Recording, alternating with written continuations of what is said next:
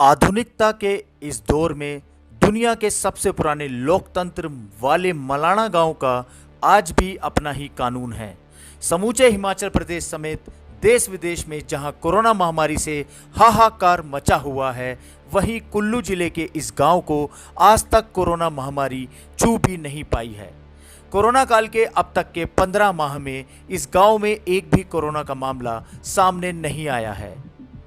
दोस्तों, क्योंकि पूरे कोरोना काल में यहाँ के बंदिशों ने बाहरी लोगों और पर्यटकों पर इस गांव में आने पर रोक लगा रखी है।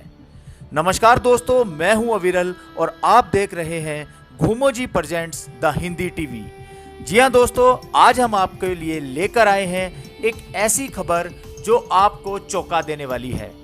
जी हां दोस्तों, जिस तरह से पूरे विश्व में, भारतवर्ष में, गांव में, कोने कोने में कोरोना महामारी ने अपना जाल बिछा रखा है, लेकिन हिमाचल प्रदेश के इस मलाना गांव में कोरोना का एक भी मामला सामने नहीं आया है। यह केवल इसलिए हुआ है कि यहाँ पर लोकल लोगों ने, बंदिशों ने बाहरी लोगों और पर्यटकों पर इस गांव में आने पर रोक लगा दी है। 2350 आबादी वाले इस गांव में देवता जमल का कानून चलता है।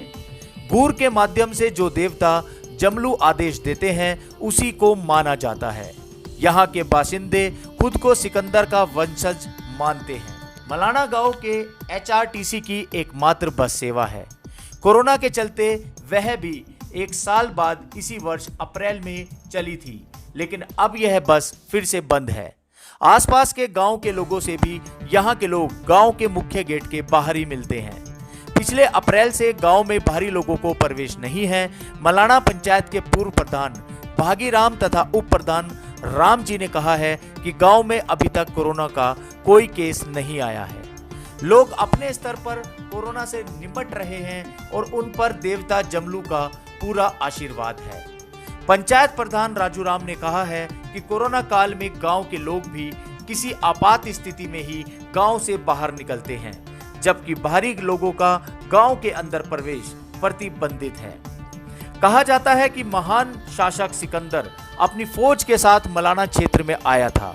भारत के कई क्षेत्रों पर जीत हासिल करने और राजा पोरस से युद्ध के बाद सिकंदर के कई वफादार सैनिक जख्मी हो गए थे।